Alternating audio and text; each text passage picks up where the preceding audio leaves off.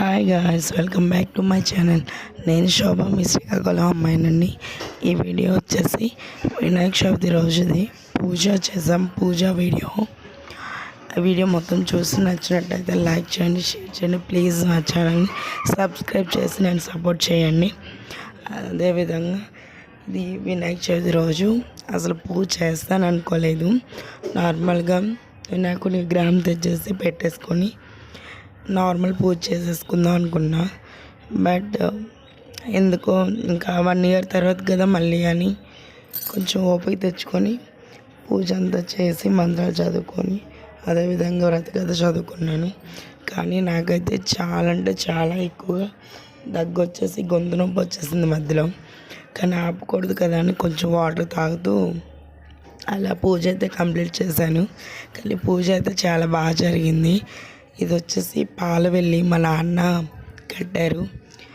Next పూజ మొత్తం పీట మొత్తం నిజం రెడీ చేసుకుంటూ ఉన్నాను. నాకు తెలిసినంతవరకు అయితే బాగా చేసేసుకున్నాను. ఆ ముందు రోజు ఈవినింగ్ అయితే మా హస్బెండ్ నేను పెద్దోడు వెళ్ళేసి పత్తిళ్ళన్నీ తీసుకొని వచ్చాం. నార్మల్గా కొనుక్కోవడానికి అయితే అవైలబుల్గా ఉంది, కానీ ఎప్పుడు చిన్నప్పటి నుంచి వెళ్ళి మన చేతులతో మనమే కట్ చేసి తెచ్చుకొని పూజ చేయడం అలవాటు. నాకు తెలిసి 19 కిడ్స్ అందరికీ ఇది ఉండి ఉంటుంది. ఇవన్నీ స్వీట్ మెమొరీస్ కదా. సో అందుకని అలా బయటకు వెళ్ళి తెచ్చుకుందామని బండి మీద అయితే వెళ్ళేసి ఎక్కడ ఏవి దొరికితే అవి తెచ్చేసుకున్నాం. తంగేడు పత్రి, మారేడు, అదేవిధంగా ఉత్తరేణి, నెక్స్ట్ ఉమ్మెత్త, ఇలా గరిక అన్నీ, ఇంకా జాజి, మల్లి, నేరేడు, మామిడి, ఉసిరి, ఇలా ఏవి అవైలబుల్ ఉంటే అలా పత్రులన్నీ తెచ్చేసుకున్నాం. ఆ తర్వాత అయితే మార్కెట్ అవుతుంది ఆ రోజు ఫ్రైడే మాకు. సో వెళ్ళి వినాయకుడు బొమ్మ, నెక్స్ట్ మనకి కావాల్సిన ఫ్రూట్స్, పూజ సామాగ్రి మొత్తం కొనేసి తెచ్చుకున్నాం. నెక్స్ట్ రోజు మార్నింగ్ లేచి ఇంకా పూజ స్టార్ట్ చేసాం. మా అత్తమ్మ, అమ్మ, నాన్న అందరూ ఇక్కడే ఉన్నారు. నాకు హెల్త్ బాగాలేదని చెప్పాను కదా, వాళ్ళందరూ వచ్చారు.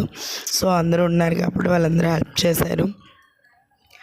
ఇంకా ప్రసాదాలు అవన్నీ అమ్మ, అత్తమ్మ ప్రిపేర్ చేశారు. నేనైతే పూజ రెడీ చేసుకొని పూజ చేసుకున్నాం. మాకైతే వినాయక చవితికి శ్రీకాకుళం స్పెషల్ ఏంటంటే పప్పుండలని చేస్తాం. వరిపిండి వాటర్లో కొంచెం సాల్ట్, బెల్లం వేసి వరిపిండి వేసి తోపలా చేసుకొని వాటిని చిన్న ఉండ్రాల్లా చేసుకొని కందిపప్పు కానీ పెసరపప్పు కానీ ఉడకబెట్టేసుకొని బెల్లం పాకం తీసి వాటిని వేసుకొని అలానే ఉండ్రాలను వాటిలో వేసి ఇలాచి పౌడర్ అవన్నీ వేసుకొని చేస్తాం. చాలా అంటే చాలా టేస్టీగా ఉంటుంది. ఈ రెసిపీస్ షేర్ చేద్దాం అనుకున్నా,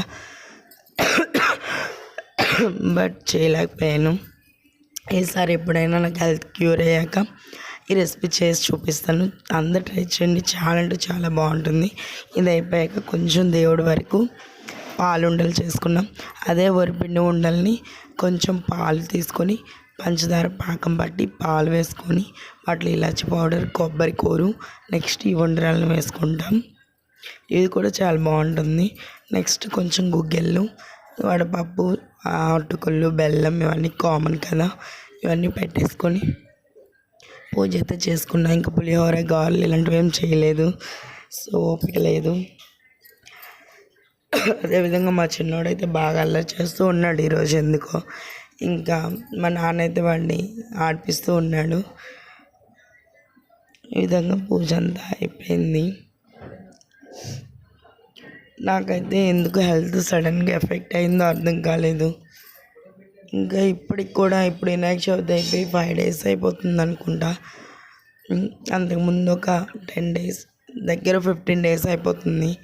కానీ ఇంకా దగ్గు కంప్లీట్గా తగ్గలేదు, వాయిస్ అయితే క్లియర్ అవ్వలేదు. సో అందుకనే వీడియో ఇన్ని రోజులు పెండింగ్ పెట్టా.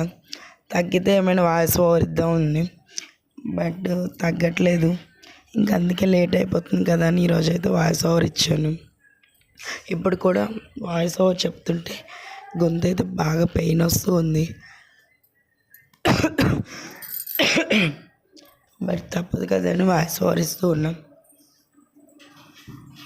ఈ విధంగా దేవుడి పూజ చేసేసుకొని ప్రదక్షిణాలు చేసుకున్నాం.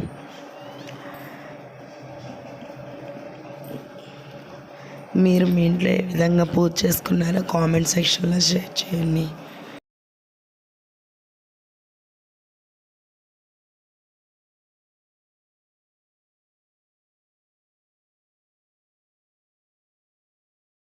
ఈ విధంగా పూజ అంతా కంప్లీట్ అయిపోయాక లాస్ట్లో కథ కథ చదువుతాం కదండి.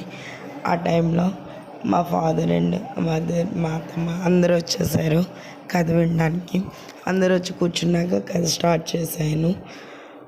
కథ చదువుతూ ఉన్నా కానీ గొంతు చాలా పెయిన్ వచ్చింది. మధ్యలో అయితే వాటర్ కూడా తాగని. చూడండి అసలు ఎంత దారుణంగా వస్తుందో. ఒక 3-4 టైమ్స్ వాటర్ తాగుంటాను.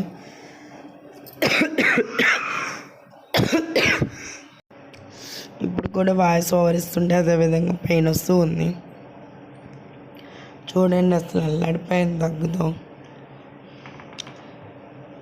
అసలు ఈ దగ్గు ఎన్ని మెడిసిన్ వాడినా తగ్గట్లేదు, వాయిస్ క్లియర్ అవ్వట్లేదు. ఏదైనా చిట్కాలు ఉంటే కామెంట్ సెక్షన్లో కామెంట్ చేయండి ఈ వాయిస్ నార్మల్గా రావడానికి. అదేవిధంగా హెల్త్ బాగాలేదంటే మా ఫ్రెండ్స్ చాలామంది వీడియోస్ చూసి కాల్ చేశారు. 10th క్లాస్ ఫ్రెండ్స్, చాలా థ్యాంక్స్ వాళ్ళందరికీ. అదేవిధంగా నన్ను చాలామంది బ్లెస్ చేశారు, చాలా థ్యాంక్ యూ అండి. ఇదే విధంగా కథ కంప్లీట్ అయిపోయాక దేవుడి దండం పెట్టుకొని పూజ దగ్గర అక్షంతలన్నీ తీసి అందరం తల మీద వేసుకుని హారతి తీసేసుకున్నాం.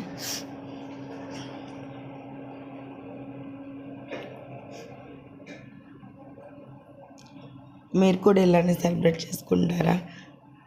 నేను పూజలో ఇంకేమైనా తప్పులు ఏమైనా చేశానా?